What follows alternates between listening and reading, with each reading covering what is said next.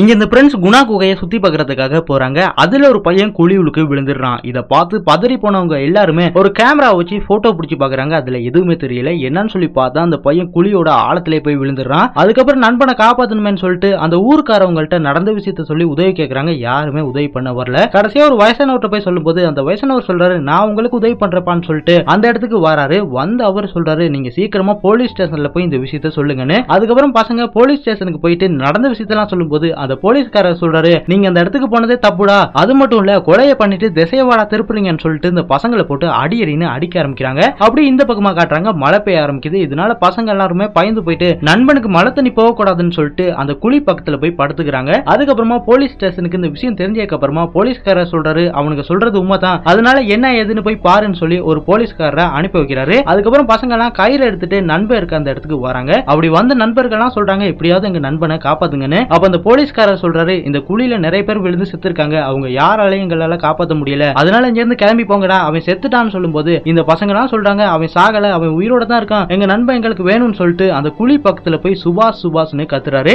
அப்ப பாத்தீங்கன்னா ஒரு சத்தம் கேக்குது. என்னன்னு சொல்லி பார்த்தா நண்பன் உயிரோட தான் இருக்கான். அதுக்கப்புறம் போலீஸ்காரங்களும் உயிரோட இருக்கவனை காப்பாற்றணும்னு சொல்லிட்டு உதவிக்கு ஆட்களை கூட்டிட்டு வராங்க. இப்படியே பல மணித்தியாலங்களாவது உதவி பண்ண வந்தவங்க எந்த ஒரு நடவடிக்கையுமே எடுக்கல. இதனால பசங்க போய் சொல்றாங்க, இவ்வளவு நேரம் ஆகி எங்க நண்பன் நீங்க காப்பாத்தல, யாராவது ஒரு ஆளை உள்ள அனுப்புங்கன்னு சொல்லும்போது அந்த போலீஸ்காரர் சொல்றாரு, யாராவது ஒரு ஆள் உள்ள அனுப்புங்கப்பான்னு சொன்னதுக்கு அப்புறமா அந்த ஆள் சொல்றான், எங்களால முடியாது, நாங்க மட்டும் கீழே விழுந்து செத்துட்டோம்னா எங்களுக்கு டெத் சர்டிபிகேட் கூட கிடைக்காது, எங்க பசங்க எல்லாம் நடுத்தெருவில் நிப்பாங்க, நாங்க போறோம்னு சொல்லிட்டு போயிடுறாங்க. இதெல்லாம் கேட்டுக்கிட்டு அந்த ஆள் வந்து சொல்றாரு, அவங்க புகாட்டைக்கு விடுங்க, நான் போறேன்னு சொல்லும்போது அந்த போலீஸ்காரர் சொல்றாரு, அதெல்லாம் வேணாம், உனக்கு ஏதாவது ஆனா நாங்க என்ன பண்றதுன்னு சொல்லும்போது அந்த வயசானவர் சொல்றாரு, உங்க சைட்ல இருந்தும் யாருமே வரல, அவர் சரி விடுங்கன்னு சொல்லும்போது போலீஸ்காரங்க முடியாதுன்னு சொல்லிடுறாங்க. இதெல்லாம் கேட்டுக்கிட்டு மத்த நண்பர்கள் சொல்றாங்க, நீங்க மட்டும் நாங்க சொல்றதை ஏத்துக்காட்டிக்கு நாங்க எல்லாரும் குழியில விழுந்து செத்துருவோம்னு சொன்னதுக்கு அப்புறமா வேற வழி இல்லாம இவர் மேல கயிறை கட்டி அந்த குழிவுளுக்கு அனுப்புறாங்க. இப்படியே கொஞ்சம் தூரம் போகும்போது கயிறு வந்து பத்தாம போயிருது. இதனால கயிறை மேல பிடிச்சி இழுக்கும் போது இந்த ஆள் சொல்றான், கயிறை முடிஞ்சு என்ன கீழே அனுப்புங்க, இல்லாட்டி நான் குழியில விழுந்து செத்துருவேன்னு சொல்லும் போது வேற வழி இல்லாம கயிறை முடிஞ்சு கீழே அனுப்புறாங்க. அப்படியே கொஞ்சம் தூரம் போனதுக்கு அப்புறமா அந்த இடத்துல இவரோட நண்பன் இருக்கான். நண்பனை பார்த்து கதற எழுது, எப்படியோ கஷ்டப்பட்டு நண்பனையுமே கயிறை கட்டி மேல காப்பாத்தி கொண்டு வந்துடுறாங்க. சோ ஃப்ரெண்ட்ஸ், இந்த வீடியோ பத்தி நீங்க என்ன நினைக்கிறீங்கிறத கமெண்ட் பாக்ஸ்ல ஒரு கமெண்ட் பண்ணுங்க.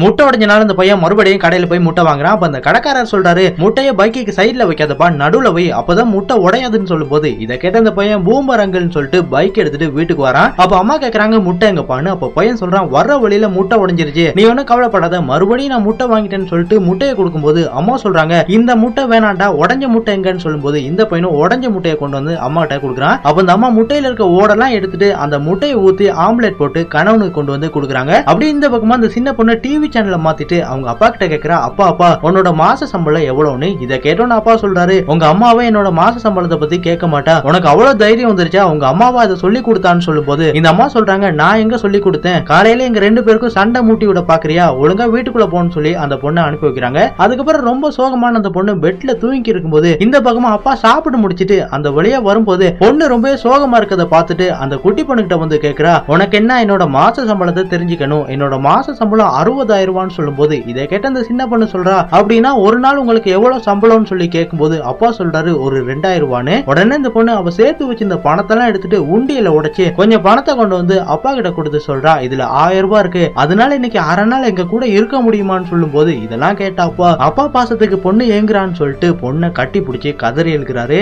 இந்த வேலைக்காரமா வீட்டுல எல்லா வேலைகளுமே செஞ்சுக்க இருக்கும்போது அந்த ஓனர் அம்மாவோட பையன் வைப்பை கூட்டிட்டு வரான். இது பாத்தீங்கன்னா ஓனர் அம்மாக்கு பிடிக்கல. அப்ப அந்த பையன் வந்து வேலைக்கார அம்மா கிட்ட சொல்றான், என்னோட அம்மா வந்து என்னோட வைப் கூட பேசுறாங்களே இல்ல, நீங்க தான் ஏதாவது பண்ணணும்னு சொல்லும்போது இந்த அம்மா சொல்றாங்க, நீ ஒன்னும் கவலைப்படாதப்பா, நான் எல்லாம் சரி பண்ணிடுறேன்னு சொல்லும்போது அந்த நேரம் யாரோ கால் பண்றாங்க. யாருன்னு சொல்லி பார்த்தா அந்த அம்மாவோட பொண்ணு சொல்றா, நான் என்னோட கணவனை கூட்டிட்டு வீட்டுக்கு வரேன், வீடை சுத்தம் பண்ணி எங்களுக்கு நல்லா சமையல் பண்ணி வை, நாளைக்கு நாங்க வந்துருவோம்னு சொல்லும்போது இந்த அம்மாவும் ஓனர் அம்மா கிட்ட போய் சொல்றாங்க, என்னோட பொண்ணு நாளைக்கு வரலாம், அதனால நான் வீட்டுக்கு போறேன்னு சொல்லிட்டு இந்த அம்மா வீட்டுக்கு வராங்க. வீட்டுக்கு வந்து அவங்க வீட்டு முன்னாடி ஒரு பைக் நிக்குது. என்னன்னு சொல்லி பார்த்தா பக்கத்து வீட்டுக்காரமா பைக்கை விட்டுருக்காங்க. உடனே அந்த அம்மாவை திட்டி, பைக் எடுத்து என்னோட பொண்ணு வரான்னு சொல்லும்போது அந்த அம்மாவும் அந்த பைக் எடுத்துட்டு போயிடுறாங்க. அதுக்கப்புறமா அவங்களோட வீட்டு கதவை தட்டி இதை பிரிட்ஜில வைக்க முடியுமான்னு சொல்லி கேட்கும்போது அந்த அம்மாவும் கோவிச்சிட்டு அதை கொண்டு போய் பிரிட்ஜில வைக்கிறாங்க. அந்த அம்மா சொல்றாங்க, என் மேல கோவமா, நான் வீட்டுல முறுக்கு புளிறேன், நீயும் வாரியான்னு சொல்லி கேட்கும்போது அந்த அம்மாவும் சரின்னு சொல்லிட்டு இவங்க ரெண்டு பேரும் சேர்ந்து முறுக்கு புளிறாங்க. அந்த நேரம் யாரோ கால் பண்றாங்க. யாருன்னு சொல்லி பார்த்தா அந்த அம்மாவோட பையன் கால் பண்ணி சொல்றான், எங்க அம்மா என்னோட வைஃப் கூட பேசுறாங்களே இல்ல, நீங்க நாளைக்கு வர முடியுமான்னு சொல்லி கேட்கும்போது இந்த அம்மாவும் அதெல்லாம் வர முடியாதுப்பா, என்னோட பொண்ணு வாரான்னு சொல்லும் போது அந்த பையன் சொல்றான், எனக்காக தயவு செஞ்சு வாங்கன்னு. இதனால அந்த அம்மாவும் சரின்னு சொல்றாங்க.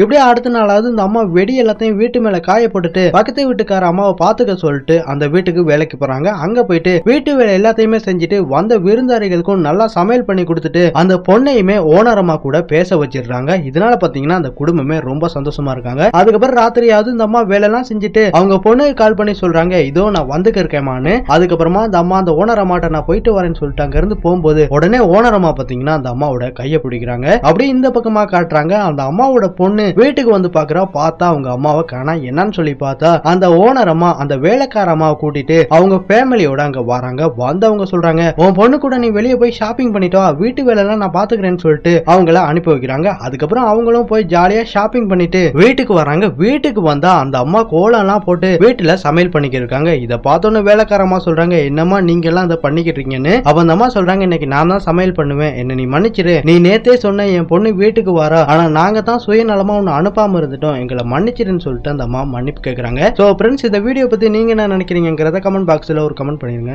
இந்த பையன் பால் குடிக்கும் போது அதுல எறும்பு இருக்கு. உடனே எறும்பு எடுத்து கீழே விட்டுட்டு அந்த பாலையுமே குடிச்சிட்டு ஸ்கூலுக்கு போறான். ஸ்கூலுக்கு போயிட்டு வரும்போது பக்கத்து வீட்டுல இருக்க ஒரு மரத்துல நிறைய மாங்காய் இருக்கு. இத பார்த்து அந்த பையன் அந்த கம்பி மேல ஏறி அந்த மரத்துக்கு கீழே விழுந்து கிடக்குற மாங்காய் எல்லாம் எடுத்துக்க இருக்கும்போது அந்த வீட்டுல இருந்து அந்த பையன் வந்து சொல்றான், யார்டானே என் வீட்டுல இருக்க மாங்காவை திருடுறன்னு சொல்லும்போது இந்த பையன் சொல்றான், மாங்காவை திருடல, கீழே இருந்த மாங்காவை தான் எடுத்தேன்னு சொல்லும்போது அவன் சொல்றான், மாங்காவை எடுத்தது தப்பு, சட்டம் வேற பேசுறியா, இங்க இருந்து போடான்னு சொல்லி அந்த பையனை துரத்தி அனுப்புறான். அதுக்கப்புறமா அந்த பையன் அவங்க அம்மா கிட்ட வந்து சொல்றான், அம்மா அம்மா பக்கத்து வீட்டுல இருந்த ஒரு மரத்துல இருக்க மாங்காய் எடுக்க போனேன், அந்த ஆள் என்ன ரொம்பவே திட்டினாருன்னு சொல்லும்போது அம்மா சொல்றாங்க, அவங்க கிட்ட கேட்காம நீ மாங்காய் எடுத்தது தப்பு, அதனால அந்த அண்ணா கிட்ட நாளைக்கு போய் நீ மன்னிப்பு கேளுன்னு சொல்லும்போது இந்த பையனும் அந்த அண்ணா கிட்ட மன்னிப்பு கேட்கறதுக்காக அவரோட வீட்டுக்கு போறான். போனா அங்க யாருமே இல்ல. அந்த நேரம் மரத்துல இருந்து 2 மாங்காய் விழுகுது. உடனே இந்த மாங்காய் எடுத்துட்டு அங்க இருந்து போறான். இத பாத்தீங்கன்னா அந்த பையன் பாத்துக்க இருக்கான். அதுக்கப்புறமா இவனை சும்மா விடக்கூடாதுன்னு சொல்லி ஒரு தடி எடுத்துட்டு இந்த பையனை அடிக்கிறதுக்காக ஓடி வரும்போது இந்த பக்கமா அந்த சின்ன பையன் அவன் கொண்டு வந்த மாங்காவை பசியில இருந்த 2 பசங்களுக்கு சாப்பிட கொடுத்துட்டு அங்க இருந்து ஒரு வயசான அம்மாக்கும் மாங்காவை கொடுக்குறான். இதெல்லாம் பாத்துக்க இருந்த இந்த பையன் இவனை போய் அடிக்க பார்த்தமேன்னு சொல்லிட்டு அந்த தடியை கீழே போட்டுறான். இப்படியே அடுத்த நாளாவது இந்த சின்ன பையன் அந்த கம்பி வழியா மாங்காவை பாத்துக்க இருக்கும்போது இந்த பையன் அந்த சின்ன பையனை கூப்பிட்டு சொல்றான்,